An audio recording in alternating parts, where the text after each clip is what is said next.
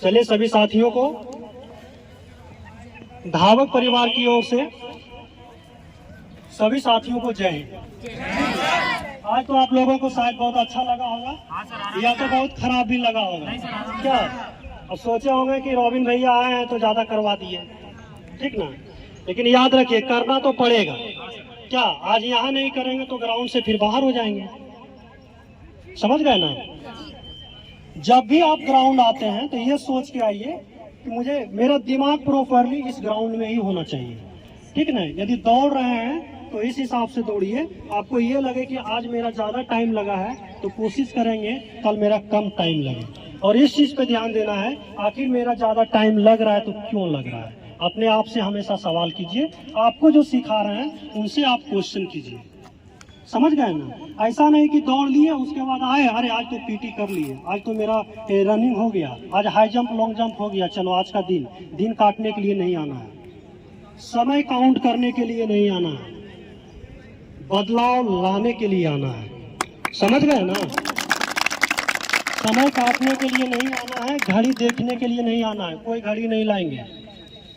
घड़ी एकमात्र यहाँ के ट्रेनर जो है फिजिकल ट्रेनर जो है आपके धावक का, ये कृष्णा सर के पास होगा, ठीक है ना। कोई घड़ी नहीं लाएंगे, कोई घड़ी देख के नहीं दौड़ेंगे, दौड़ाएंगे ये।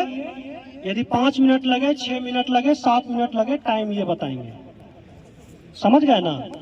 बीच में हम बहुत को देखते हैं आप हंसते रहते हैं, या कोई करता है कोई नहीं करता है, नहीं ऐसा नहीं करना है। आप जब एक हंसते हैं उस 100 में यदि 99 बढ़िया करता है तो सारा का सारा सबका खराब हो जाता है। क्यों पता है? क्योंकि जब आप हंसते हैं तो उसका माइंड किधर जाता है? आपके ओर जाता है। तो जहाँ एफर्ट लगाना चाहिए ऑटोमेटिक उसका एफर्ट वहाँ कम हो जाता है। आप कोशिश कीजिए कि हंसना नहीं है, मजाक करने के लिए समय मिलता है, ऐसा बात नहीं है। बोलने के लिए किसी को बाधित नहीं किया जाता है। हमेशा जब भी खड़ा हो, यदि कोई करवा रहा हो तो आप इस हिसाब से खड़ा रहें ताकि सबको लगे कि हर एक आदमी के पास हमारे कृष्णा सर खड़ा है। डिसिप्लिन मेंटेन करना है। यदि आप डिसिप्लिन मेंटेन कर लिए तो आधा फिजिकल वहां ही खत्म हो गया आपका, समझ गए ना। अपने आप से कभी भी धोखा नहीं देना है। आप हमेशा एफर्ट 100% दीजिए, बाकी बात जो सिखाने वाले हैं वो आपको उससे कहीं ज्यादा देगा। यदि आप इतना भी कर लेंगे तो मुझे नहीं लगता है कि आपको उस ग्राउंड से कोई बाहर कर सकता है, समझ गए ना। अभी इनके पास टोटल कितना एसआई का फिजिकल कर रहे थे, टोटल इनके पास टोटल 20 थे। पता है 15 लड़का दौड़ने गए, 13 पास किए। 13 समझ रहे हैं आप? ताली बजा भाई। शायद आपने नहीं देखा होगा वहाँ पे फैल होता है बाहर होते हुए, ठीक ना। जब तिरपाल लगा हुआ होता है वहाँ पे जब बैठता है ना, जब फैल का जो सुनाता है तो मैक्सिमम बाहर हो जाते हैं और पास वाला गिने चुने ही बचते हैं।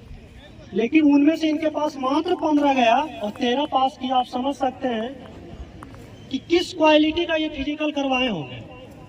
आप लोगों को लगता है बहुत टफ है, वो टफ नहीं है। कुछ ही दिनों के लिए वो टफ होता है, उसके बाद वो बहुत ही आसान लगता है। ये चीजें देखने को मिलता है जिस दिन आपका फाइनल फिजिकल होता है वहाँ पे, समझ गए ना। इसलिए हमेशा जितना कष्ट हो शरीर में वो आपको झेलने के लिए मजबूर कीजिए उसको। जहाँ कष्ट हो वहाँ नहीं रुकना है और कष्ट करना है। थोड़ा लगे कि नहीं यहाँ के बाद वहाँ के बाद फिर कष्ट करने, आप शरीर को इतना कष्ट दीजिए उसके बाद कष्ट देने के लिए कोई ऑप्शन ही नहीं बचे। जब ऑप्शन ही नहीं बचेगा तो क्या कोई दिक्कत होगा? एग्जाम में भी वैसे ही होता है, इतना बार फेल हो जाइए फिर फेल होने का कोई चांस ही नहीं रहे, उसके बाद सिर्फ पास ही पास करना है। ताली बजा भाई। समझ रहे ना। फिजिकल का महत्व उतना ही है जितना एग्जाम का है, चाहे कोई भी एग्जाम हो। आप एसएससी जीडी का देख लीजिए, एग्जाम देने के बाद क्या फिजिकल नहीं होता है? फिजिकल होता है। फिजिकल का भी उतना ही इम्पोर्टेंट है। आप यदि दौड़ में फेल कर गए तो उस एग्जाम का कोई महत्व नहीं रह जाता है, नहीं ना रहता है। उसी तरह कोई भी कांस्टेबल में भी वही होता है, हमारा एसआई में भी वही होता है। एसआई में प्रीलिम्स देते हैं, मेंस देते हैं, बड़ी मुश्किल से प्रीलिम्स और मेंस पास करते हैं।